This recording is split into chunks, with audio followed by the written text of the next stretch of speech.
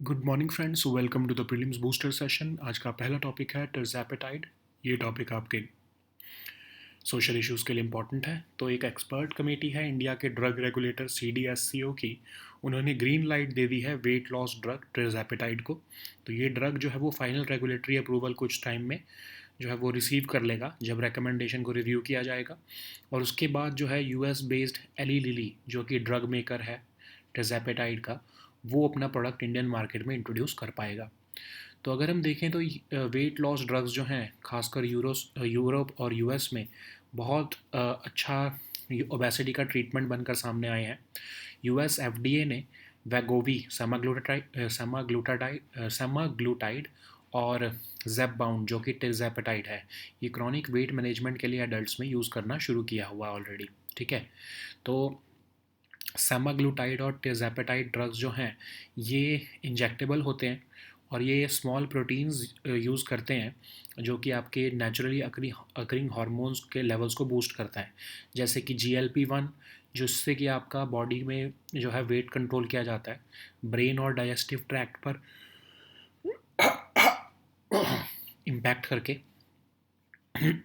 Higher GLP-1 level से क्या होता है, आपको ऐसा लगता है कि आपने जो है वो आपको सेटिस्फाइड लगता है खाने से, और ऐसा लगता है कि आपने इनफ खाया हुआ है। तो ब्रेन जो है उसको वो आपके मैसेज भेजता है गट को कि अब आपको और ज़्यादा खाने की ज़रूरत नहीं है। तो ये ड्रग्स जो हैं आपके ग्लूकोज लेवल्स को भी मैनेज करने में हेल्प करते हैं। टिrzepatide जो है वो एक और तरह का हार्मोन भी रिलीज़ करता है या बूस्ट करता है, जिसको हम कहते हैं GIP। इसकी वजह से भी जो है कंबाइंड इफेक्ट जो है वो इंसुलिन मैनेजमेंट में भी देखने को मिलता है। तो ग्लोबल ट्रायल्स जो हैं वो प्रॉमिसिंग रिजल्ट्स उसने दिखाए हैं। तो ज़ेपबाउंड ऐसा नहीं कि आप उसको कोई भी वेट लॉस करने के लिए उसको यूज़ कर सकता है, वो एक प्रिस्क्रिप्शन मेडिसिन है। डॉक्टर ही डिसाइड करेंगे कि क्या आपको उस लेवल पे आपकी ओबेसिटी पहुंच गई है कि आपको ये ड्रग दिया जाए। एली लिली जो है जो कि इसका ड्रग मेकर है, उन्होंने कहा है कि इससे बहुत हाई रिस्क हो जाता है थायराइड के ट्यूमर्स होने का, इंक्लूडिंग थायराइड कैंसर। तो ओबेसिटी ड्रग्स जो हैं वो कोई मिरेकुलस ट्रीटमेंट नहीं है, इनको बहुत ही जो है वो ध्यान से यूज़ करना पड़ता है और रेगुलरली यूज़ करना पड़ता है वेट लॉस के लिए, ताकि इसके इफ़ेक्ट्स देखने को मिल सके। क्योंकि ओबेसिटी क्या है, एक कॉम्प्लेक्स क्रॉनिक और प्रोग्रेसिव डिसीज़ है। ठीक है। नेक्स्ट हम टॉपिक देखते हैं सिम स्वैपिंग स्कैम। टॉपिक आपके सिक्योरिटी के लिए इंपॉर्टेंट है। तो गूगल 5 वायरलेस जो है उन्होंने एक सिक्योरिटी फीचर निकाला है नंबर लॉक नाम से। इस फीचर से क्या होगा कि जो सिम स्वैपिंग के स्कैम है उसको रोका जा सकेगा। तो सिम स्वैपिंग स्कैम में क्या होता है कि एक मेलिशियस एक्टर जो है आपके कैरियर सर्विस प्रोवाइडर जो होता है, जैसे आपका एयरटेल जियो कोई भी है, उनको कन्विंस कर देता है कि जो आपका फ़ोन नंबर है एक्चुअली आपकी आइडेंटिटी को वो लेके जाता है और बोलता है कि मेरा सिम कार्ड गुम हो गया है, और आपका एक फेक प्रूफ देके वो सिम कार्ड डुप्लीकेट इशू करा लेता है। तो जो आपका जो ओरिजिनल जो आपके फ़ोन में डाला हुआ है वो डीएक्टिवेट हो जाता है और वो जो उनके फ़ोन में उन्होंने डुप्लीकेट सिम लिया है वो एक्टिवेट हो जाता है। तो उससे क्या होगा कि आपके सारे कॉल्स टेक्स्ट जो आपके OTP आते हैं वो सब उनके पास चले जाएंगे, है ना। तो इससे वो आपके सारी बैंक अकाउंट की डिटेल्स या जो एड्रेसेस हैं वो सब वो एक्सेस कर पाएगा। ठीक है। तो सिम स्वैप जो है उसमें कोई डायरेक्ट कम्युनिकेशन की भी रिक्वायरमेंट नहीं होती विक्टिम से। जस्ट वो एक बार आपका एड्रेस प्रूफ किसी तरह से एक्सेस कर लेते हैं और जाकर वो दिखाते हैं कि आप उनका सिम जो है वो जो आपके आइडेंटिटी लेकर जाते हैं वो किसी भी रिटेल आउटलेट पे और डुप्लीकेट सिम इशू करवा लेते हैं। ठीक है। तो उससे आप सोचो अगर आपका फ़ोन का सिम चला जाए, मतलब आपका नंबर ही किसी और के पास ट्रांसफ़र हो गया, तो वो आपका सारा पासवर्ड्स OTP सब कुछ एक्सेस कर सकेंगे बैंक अकाउंट्स का। नेक्स्ट हम टॉपिक देखते हैं ई फास्ट इंडिया इनिशिएटिव। टॉपिक आपके इन्वायरमेंट के लिए इम्पॉर्टेंट है। तो नीति आयोग ने अनाउंस किया है नीति गेयर शिफ्ट, जो कि ई फास्ट इंडिया इनिशिएटिव का ही पार्ट होगा। तो ई फास्ट इंडिया इनिशिएटिव क्या है, ये urgent need to decarbonise road based freight transport in India को रियलाइज़ करने के लिए इसको सितंबर 2022 में लॉन्च किया गया था। तो इसमें क्या है कि क्लीन और ग्रीन फ्रेट ट्रांसपोर्टेशन की तरफ मूव करना है, हमने ट्रांजिशन करना है। उसके लिए एक्टिव कोलैबोरेशंस की जा रही हैं नेशनल और इंटरनेशनल लेवल्स पर। तो बेसिकली एक ऐसा प्लेटफॉर्म है जो कि डेलिब्रेशन, डिबेट और collaboration between different stakeholders facilitate करता है, और इसको सपोर्ट किया जा रहा है collaborative efforts of 12 knowledge partners द्वारा द्वारा भी। ठीक है। तो नीति गियर शिफ्ट चैलेंज क्या है? इसको नीति आयोग ने IIM Bangalore, smart freight centre India, CALSTART CALSTART drive to zero and WRI India के साथ मिलकर लॉन्च किया। और ये इनोवेटिव बिजनेस मॉडल्स लेकर आना चाहता है सामने, ताकि ज़ीरो एमिशन ट्रक्स इंडिया में लाए जा सकें। तो इसके अंदर students, transport service practitioners, academics, researchers innovative business models develop करेंगे। इस प्रोग्राम में पार्टिसिपेशन ली जा रही है e fast knowledge, India knowledge partners, financial institutions और इंडस्ट्री फोरम्स द्वारा भी। ठीक है। नेक्स्ट हम टॉपिक देखते हैं वॉलबाचिया। ये टॉपिक आपके एनवायरनमेंट के लिए इंपॉर्टेंट है।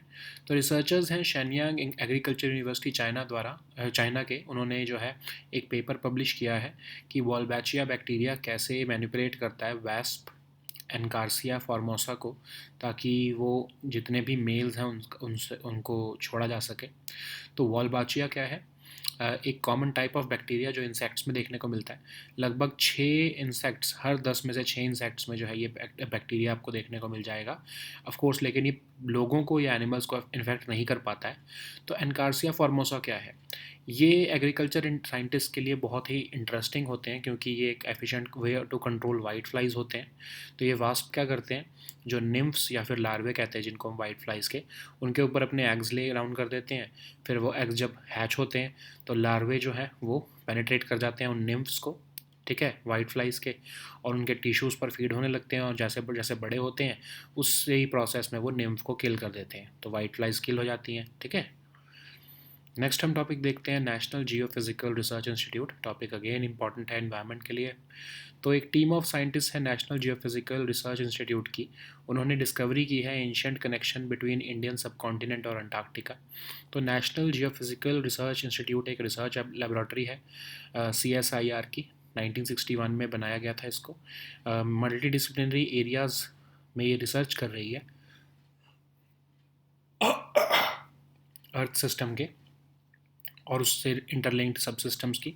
हैदराबाद में लोकेटेड है और रिसर्च करती है पब्लिक गुड के लिए। कहाँ कौन सी एक्टिविटीज़ पर रिसर्च ज़्यादा की जाती है? जियोडायनामिक्स, अर्थक्वेक हैज़र्ड, नेचुरल रिसोर्सेज। ठीक है। नेक्स्ट हम टॉपिक देखते हैं सिफिलीज़। ये टॉपिक आपके सोशल इश्यूज़ के लिए इंपॉर्टेंट है। तो इम्प्रूव टेस्टिंग की वजह से लगभग 6000 केसेस ऑफ सिफिलीज़, जो कि एक सेक्शुअली ट्रांसमिटेड डिसीज़ है, वो पाई गई है मुंबई एड्स कंट्रोल सोसाइटी द्वारा पिछले 5 साल में।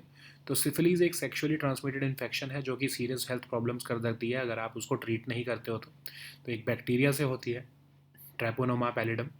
ये बैक्टीरिया बॉडी में कई सालों तक रह जाता है बिना कुछ सिम्टम कॉज किए, और इसकी इन्फेक्शन जो है वो दोबारा से हो सकती है। जनरली पीपल जो है वो सेक्सुअल कॉन्टैक्ट से कॉन्ट्रैक्ट करते हैं, ठीक है, और ये मदर से बेबी में भी ट्रांसफ़र हो जाता है ड्यूरिंग प्रेगनेंसी, चाइल्ड बर्थ और इवन ड्यूरिंग ब्रेस्ट फीडिंग। ये स्टेजेस में डेवलप होता है।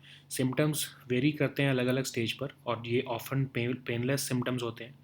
एक सोर की तरह ये स्टार्ट होता है जो कि पेनलेस होता है, टिपिकली जेनिटल्स में, रेक्टम या माउथ के एरिया में, और ये स्वेलिंग कर लेता है नियर बाय लिम्फ नोड्स में, और नॉन इची स्क्रीन रैश भी जो है वो कॉज करता है अगर इसकी ट्रीटमेंट ना की जाए, या तो हैंड्स पे या फीट पे। सिम्टम्स अपने आप चले जाते हैं कुछ टाइम बाद, और फिर बाद में दोबारा आ जाते हैं अगर इसको सही से ट्रीट ना किया जाए तो सीरियस हेल्थ इश्यूज़ के कर सकता है, और ये परमानेंटली डैमेज कर सकता है आपके हार्ट, ब्रेन, मसल्स, बोन्स और आइज़ को। सिफिलीज़ जो है वो ट्रीटेबल है, क्योरेबल है, ईजी टू क्योर है। इसको एंटीबायोटिक्स से, पेंसिलिन जो है मोस्ट कॉमन एंटीबायोटिक होता है जो यूज़ किया जाता है सिफिलीज़ को ट्रीट करने में। नेक्स्ट हम टॉपिक देखते हैं बागमती रिवर। टॉपिक आपके एनवायरनमेंट के लिए इंपॉर्टेंट है। तो फ्लड सिचुएशन इमर्ज हो चुकी है बिहार के मुजफ्फरपुर एरिया में, क्योंकि जो वाटर लेवल है बागमती रिवर का वो राइज हो चुका है। तो ये बागमती रिवर एक रिवर है साउथ सेंट्रल नेपाल की, नदन बिहार स्टेट में भी पड़ती है, और ये होली है हिंदूज़ और बुद्धिस्ट दोनों के लिए। ओरिजिनेट होती है Bagdwar area, Shivapuri hills, north western part of Kathmandu valley में। स्प्रिंग्स और मानसून रेनफॉल से ये फीड होती है, और ये साउथवर्ड फ्लो होते हुए शिवालिक रेंज से आती है, ठीक है, तराई रीजन ऑफ बिहार में। और इसी रिवर के बैंक्स पर ही आपके जो पशुपतिनाथ टेम्पल है या गोकर्णेश्वर टेम्पल है वो सिचुएटेड है काठमांडू वैली में, ठीक है। नेक्स्ट हम टॉपिक देखते हैं मंजीरा wild life sanctuary. Topic environment के लिए इंपॉर्टेंट है। तो मंजीरा वाइल्ड लाइफ सेंचुरी तेलंगाना की स्टेट की पहली रामसर साइट बनने वाली है। तो ये एक वाइल्ड लाइफ सेंचुरी और रेजर्वायर है जो कि मेदाक डिस्ट्रिक्ट ऑफ तेलंगाना में लोकेटेड है। ओरिजिनली ये एक क्रोकोडाइल सेंचुरी थी, और ये मंजीरा रिवर को कोर्स को फॉलो करती है, जो कि ट्रिब्यूटरी है गोदावरी रिवर की। तो यहाँ का जो वेजिटेशन है वो ड्राई सवाना टाइप है, और एक फ्रेश वाटर इकोसिस्टम होने की वजह से यहाँ पर कई तरह की प्लांट स्पीशीज़ देखने को मिलती हैं, जैसे टाइफा, बबूल, प्रोसोपस, इपोमोआ, ओके। और इस सेंचुरी में कई तरह के जो है वो रिवरिन हैबिटेट जो है वो आपको देखने को मिलेंगे, जो कि मगर, क्रोकोडाइल, फ्रेश वाटर टर्टल्स को सपोर्ट करते हैं, ठीक है। So now let us see all these topics in English.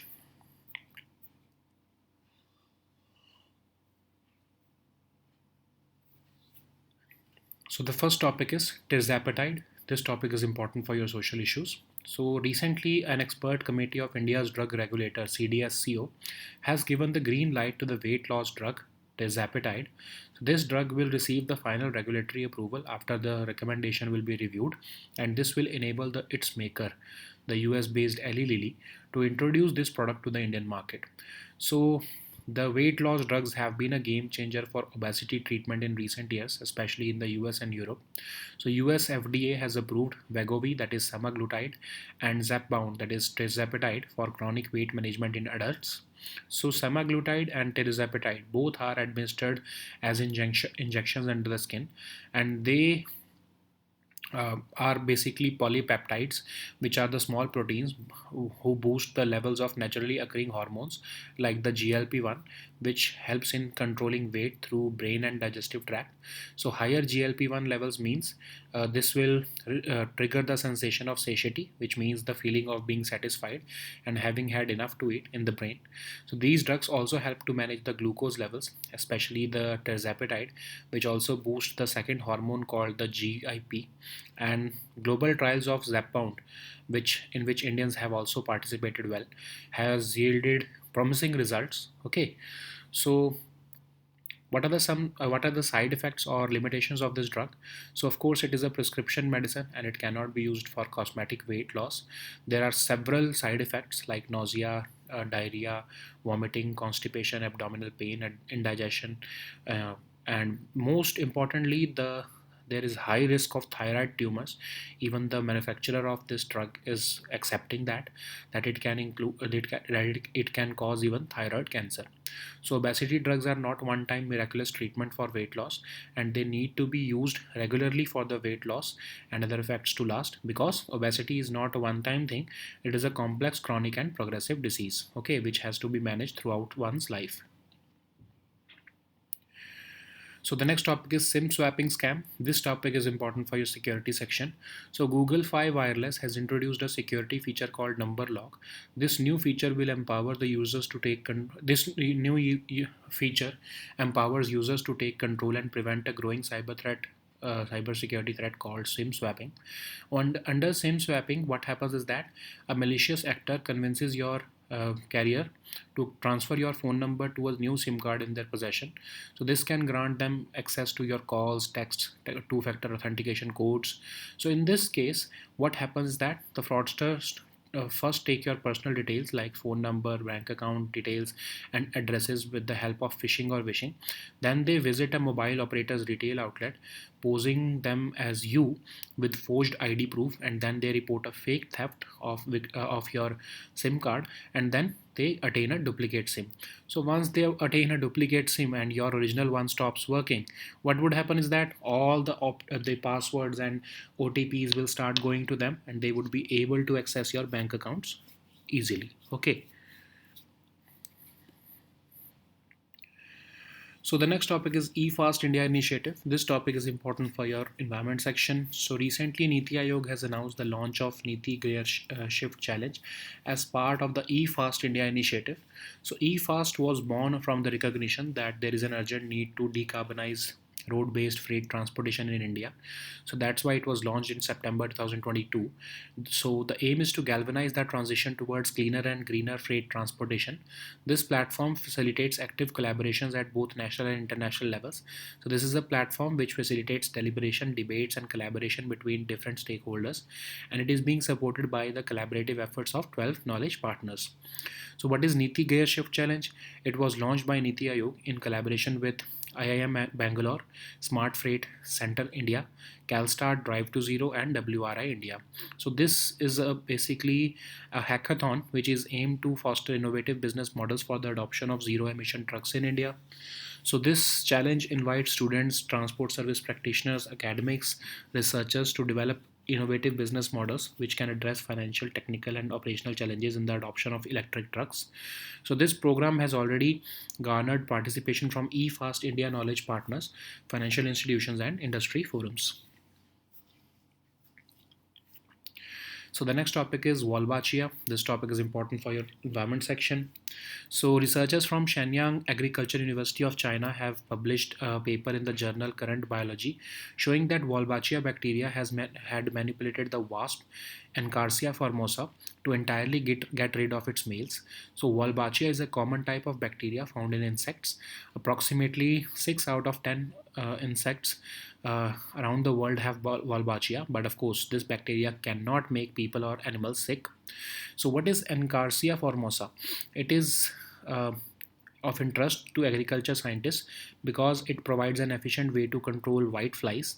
So what happens is that the wasp seeks out the larvae of the white flies and they lay down its eggs on them. Then when the eggs hatch, the larvae penetrate those nymphs or larvae, then they start feeding on those tissues. They grow to adulthood and in the process kill the nymph or the white flies. Okay. So the next topic is National Geophysical Research Institute. This topic is important for your environment section. So a team of scientists from the National Geophysical Research Institute has made a discovery that sheds light on the ancient connection between Indian subcontinent and Antarctica. So what is National Geophysical Research Institute? It is a constituent research laboratory of CSIR and it was established in 1961 to carry out research in multidisciplinary areas of highly complex structure and processes of Earth system and its extensively interlinked subsystems. It is located in Hyderabad and it has the mandate to conduct research for public good science to enable government agencies and public and private sector stakeholders to make informed decisions about the use of geo resources. So the research falls broadly under three themes. First is the geodynamics, then earthquake hazards, and natural resources. So the next topic is syphilis. This topic is important for your social issues. So improved testing has led to the detection of over 6,000 cases of syphilis, which is a sexually transmitted disease, primarily linked to unsafe sex, according to Mumbai AIDS Society, between the last 5 years. So syphilis is a sexually transmitted infection which can cause serious health problems if you do not treat it. It is caused by the bacteria Treponema pallidum, and this bacteria can stay in the body for many years without causing any symptoms, but the infection can become active again. People usually get syphilis from sexual contact with someone who has it.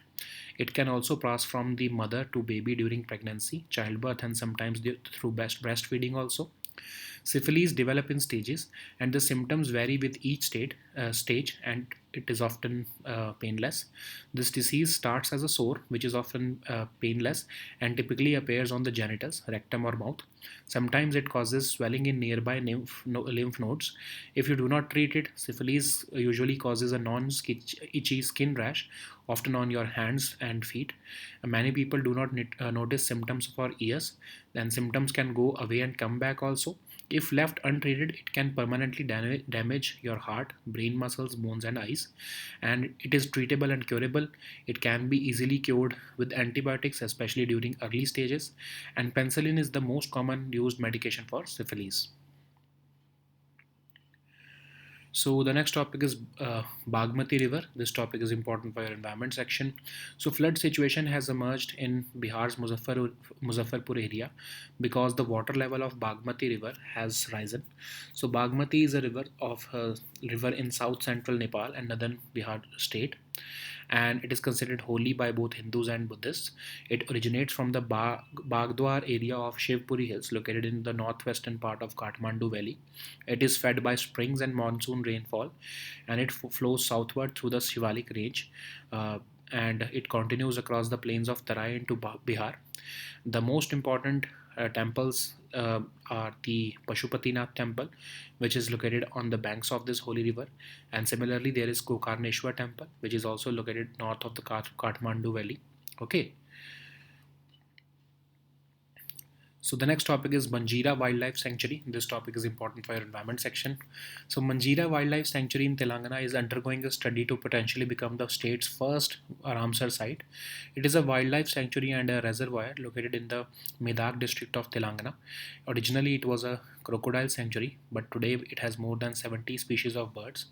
So this sanctuary follows the course of river Manjira, which is a tributary of Godavari, and the vegetation here is dry savanna type. Uh, being a freshwater ecosystem, this sanctuary is home to many plant species like Typha, Babool, Prosopis, Epomoa, etc. This sanctuary is a riverine habitat, so that's why it supports mugger, crocodile, and freshwater turtles also. Okay, so these were our topics for today. We'll meet next time with new topics. Until then, goodbye and take care.